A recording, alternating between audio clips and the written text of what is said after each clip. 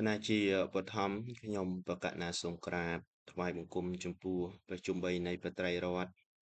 ដែលមានព្រះពុទ្ធរតន៍ព្រះធម្មរតន៍ព្រះសង្ឃរតន៍ដែលជារតនឯកដ៏ឧត្តមឧត្តមសូមក្រាបថ្វាយបង្គំចំពោះប្រកាសណាគុណចាស់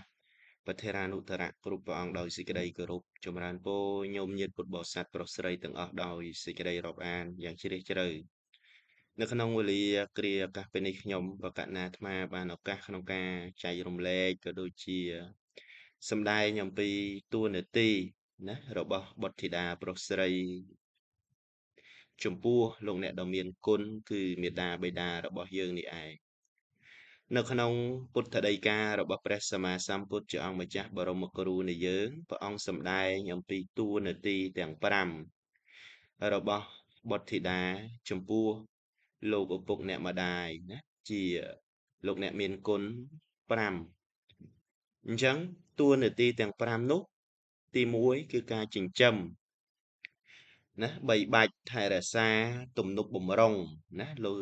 លោកឪពុកអ្នកម្ដាយរបស់យើងទី2គឺជួយកិច្ចការណាឪពុកម្ដាយការងារទាំងឡាយណាស្រាលធ្ងន់យ៉ាងណានោះជាតួនាទីពេលដែលលោកឪពុកអ្នកម្ដាយណាលោកបានប្រគល់ឲ្យឬមួយក៏ពឹងពាក់ឲ្យប៉ិនជាតួនាទីជាបំណងសេចក្តីប្រាថ្នារបស់ពុកម្ដាយណាគឺចង់បាននៅបុត្រធីតាមកដើម្បីជួយណាសម្រួលកិច្ចការទាំងឡាយរបស់គាត់ទី3លោកសម្ដែងអំពីការថែរក្សានៅវង្សត្រកូល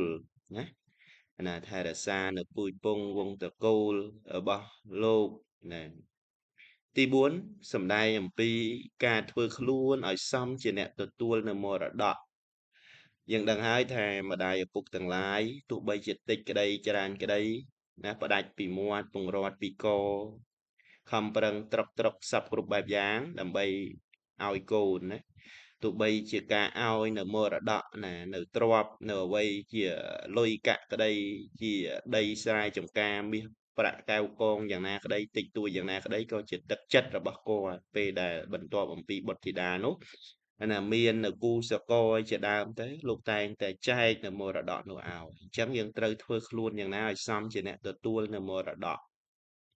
ទី5ចុងក្រោយលោកសម្ដែងអំពីពេលដែលលោកអ្នកដ៏មានគុណរបស់យើងគឺម្ដាយឪពុកណាពេលដែលបានលះលោកនេះទៅកាន់លោកខាងមុខហើយ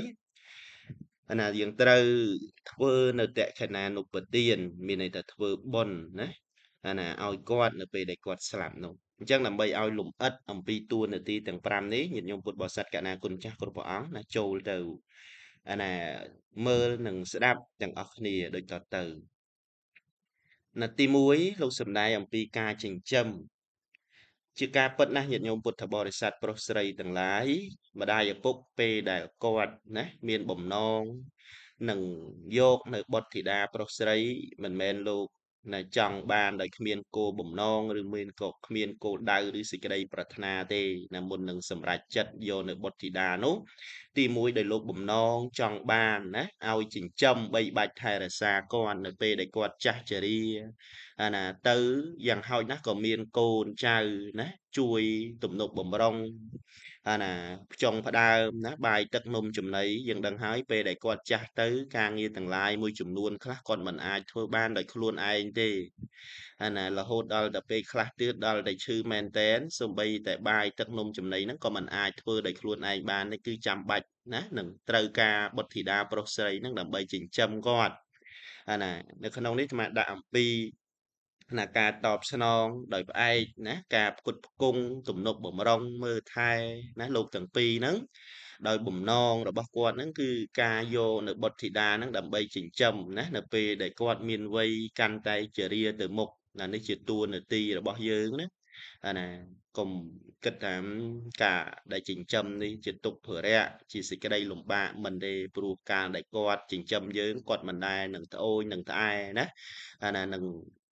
ត្អូញលំពីភាពហត់លំបាកនឿយសពគ្រប់ទេណាចិញ្ចឹមកូនដោយទឹកចិត្តស្មោះសរម្ល៉េះហើយពេលដែលយើងមានវ័យវឌ្ឍនាការចម្រើនឡើងណាដោយវ័យជាដើមនោះពេលដែលលោកជរាទៅគឺការចិញ្ចឹមគាត់នេះជាតួនាទីរបស់យើងណាជាតួនាទីរបស់យើង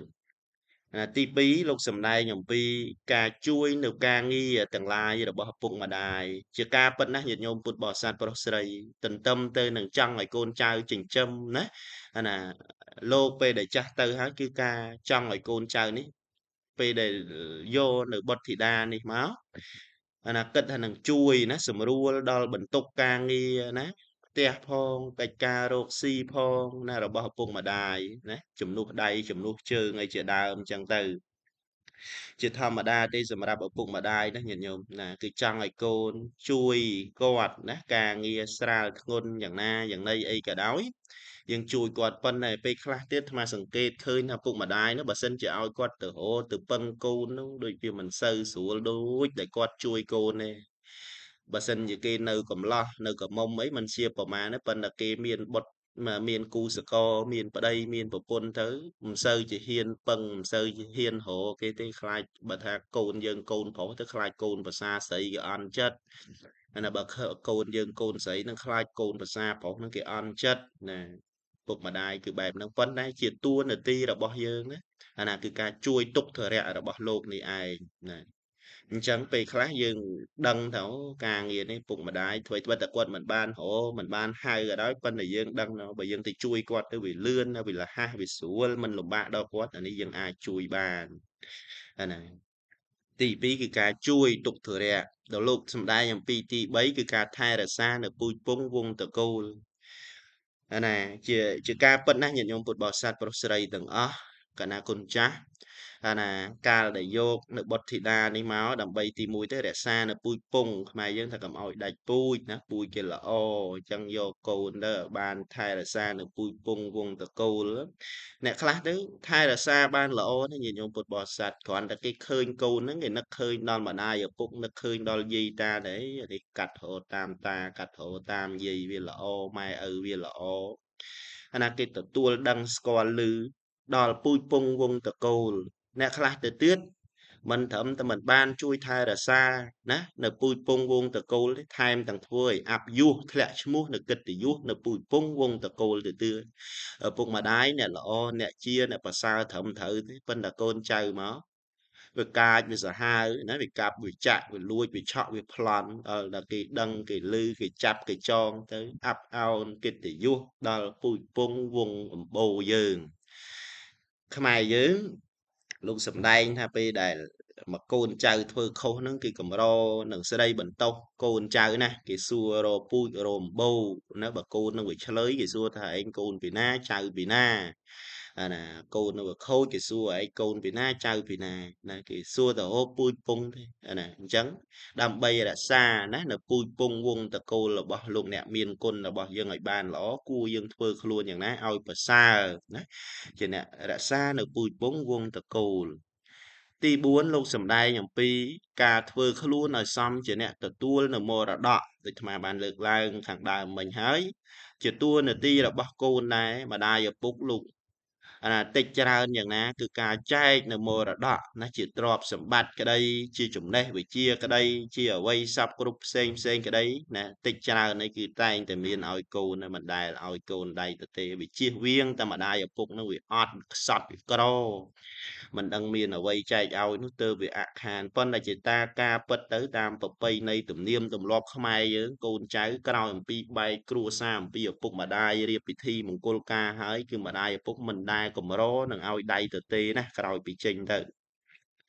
យ៉ាងហោចណាស់មាសមជីមហ៊ុនមលីអីហ្នឹងតែងតែដាក់ឲ្យកូនហើយណាការហើយថ្មីថ្មីទុកជាចំណងដៃរស់ស៊ីអញ្ចឹងឲ្យសមជាអ្នកទទួលនៅមរតកនឹងរបៀបម៉េចញោមគឺការចេះប្រើនៅទ្រព្យសម្បត្តិរបស់គាត់នឹងឲ្យប្រសើរអ្នកខ្លះបានកើតនៅក្នុងតកូលខ្ពង់ខ្ពស់តកូលធូរធារម្ដាយឪពុកខំប្រឹងរកទុកដាក់ណាដើម្បីចែកឲ្យកូនដល់តែកូនបានទ្រព្យសម្បត្តិមកមានខំទៅអូស៊ីមានខំទៅរកទុករកដាក់ណាយកអាលុយទ្រព្យសម្បត្តិរបស់លោកទៅចាយវាយណាឬមួយក៏ទៅប្រព្រឹត្តនៅក្នុងអបាយមុខមិនល្អណាអបាយមុខដូចមានខ្មែរយើងណាលោកសំដែងអំពីអបាយមុខ3ណាលបែងស្រីស្រាអាណានឹងអំពើពាលាផ្សេងផ្សេងណាអញ្ចឹងធ្វើយ៉ាងណាឲ្យសមជាអ្នកទទួលនៅមរតកជាពិសេសនោះ ណាអាត្មាឮលោកអ្នកប្រាជ្ញឬមួយក៏ធម្មអគ្គថឹកលោកសំដែងអំពីការដែលទទួលទ្រព្យរបស់គាត់ម្ដាយឪពុកណាហ៊ានលក់ទ្រព្យហ៊ានលក់សម្បត្តិហ៊ានលក់អ្វីសពគ្រប់បែបយ៉ាងទាំងអស់រហូតដល់ជីវិតហ្នឹងដើម្បីដូរជាមួយនឹងកូនពេលកូនឈឺណាកូនមានរោគមានភ័យអាសន្នហ្នឹងម្ដាយឪពុកលក់គេលក់កោះលក់អស់លក់ខ្ទេចខ្ទីហើយមិនមានសេចក្តីជាប់ជំពាក់ឬមន្ទិលទេឲ្យតែកូនជាប៉ុន្តែកូនខ្លះដូចជាមិនដែលមានឮថាកូនណាហ៊ានលក់ផ្ទះហ៊ានលក់ដីហ៊ានលក់ទ្រព្យសម្បត្តិហ្នឹងដើម្បីយកទៅមើលម៉ែមើលឪឈឺដូចមិនងាយទេប៉ុន្តែយ៉ាងហោចណាស់បើថាមិនបានដល់ថ្នាក់ហ្នឹងតែយ៉ាងហោចក៏យើងធ្វើឲ្យសមប្រពៃជាអ្នកទទួលនៅទ្រព្យសម្បត្តិគាត់ដែរអាណានេះទី4លោកសម្ដែងអំពីការធ្វើឲ្យសមខ្លួនជាអ្នកទទួលនៅមរតកទី5លោកសម្ដែងអំពីពេលដែលម្ដាយឪពុកលោកលះលោកនេះទៅកាន់លោកខាងមុខជាធម្មតាទេមនុស្សយើងញាតិញោមពុទ្ធបរិស័ទកណាគុណចាស់គ្រប់ព្រះអង្គគ្មាននរណាម្នាក់ដែលចាស់សោកទេណាណាដែលជីវិតអមតៈណាមិនស្លាប់ទេណាតែងតែដល់នៅសេចក្តីបែកបាក់ជាធម្មតាស្ថិតនៅក្នុងអំណាចនៃអនិច្ចលក្ខណាអនិច្ចំណាទុក្ខំអនត្តាណាមិនទៀងជាទុក្ខមិនមែនជារបស់នៃយើងណាអញ្ចឹងជាធម្មតាទេកោយតែពីកើតឡើងហើយតែតែដល់នៅវ័យចាស់ហើយត្រូវតែឈឺហើយវាត្រូវតែស្លាប់អញ្ចឹងម្ល៉េះហើយកូនចៅប្រុសស្រីទាំងអស់ពេលដែលម្ដាយឪពុកនឹងស្លាប់ទៅលៃលោកទុកដាក់រៀបចំចាត់ចែងធ្វើនៅកម្មវិធីបុណ្យនឹងជាកុសលដើម្បីឧទ្ទិសឲ្យលោកព្រោះតកាលដែលគាត់នៅរស់យើងអាចជូនគាត់យើងអាចឲ្យគាត់យើងអាចហុចយើងអាចជូនដោយផ្ទាល់ដៃបានម្ល៉េះហើយពេលដែលគាត់ស្លាប់ទៅមិនអាចឲ្យគាត់ដោយផ្ទាល់ដៃទេអញ្ចឹងមានតែធ្វើបុណ្យឧទ្ទិសឲ្យគាត់នឹងឯងអញ្ចឹងម្ល៉េះហើយថាអញ្ចឹងតួនាទី5ហ្នឹងចាំតែគាត់ធ្វើបុណ្យដល់គាត់ស្លាប់ទៅបានធ្វើបុណ្យឲ្យថាម៉េចថាអត់ទេកាលដែលនៅរស់ក៏យើងត្រូវបដិបត្តិដោយល្អចំពោះគាត់ប៉ុន្តែជាតួនាទីក្រោយអំពីគាត់ស្លាប់ទៅហ្នឹងក៏ត្រូវធ្វើបុណ្យឲ្យគាត់ផងដែរកុំម្លែងទេតែគាត់ស្លាប់ទៅហើយមិនទៅខ្វល់ពីគាត់ទេអានឹងមិនល្អទេអាណានេះជាតួនាទីទាំង5របស់បុត្រធីតាប្រុសស្រីណាអាណាដែលត្រូវបដិបត្តិចំពោះលោកអ្នកដ៏មានគុណទាំងឡាយ5នេះអញ្ចឹងខុសត្រូវយ៉ាងណាខន្តីអភ័យទោសអនុគ្រោះពីសំណាក់ណាកណ្ណាគុណចាស់គ្រប់ព្រះអង្គធេរានុធរៈញាតិញោមពុទ្ធបរិស័ទប្រុសស្រីទាំងអស់ណាដែលបានស្ដាប់ដែលបានមើលនៅវីដេអូនេះបើសិនជាមានការលើសលួសខ្វះខាតដោយចន្លោះកន្លែងណាមួយសូមមេត្តាខន្តីអភ័យទោសដោយសេចក្តីអនុគ្រោះអញ្ចឹងអាណាមិនបន្តពេលវេលាឲ្យកាន់តែនីតិយូរទេអញ្ចឹងបញ្ចប់ប៉ុណ្្នឹងឯងសូមអនុមោទនា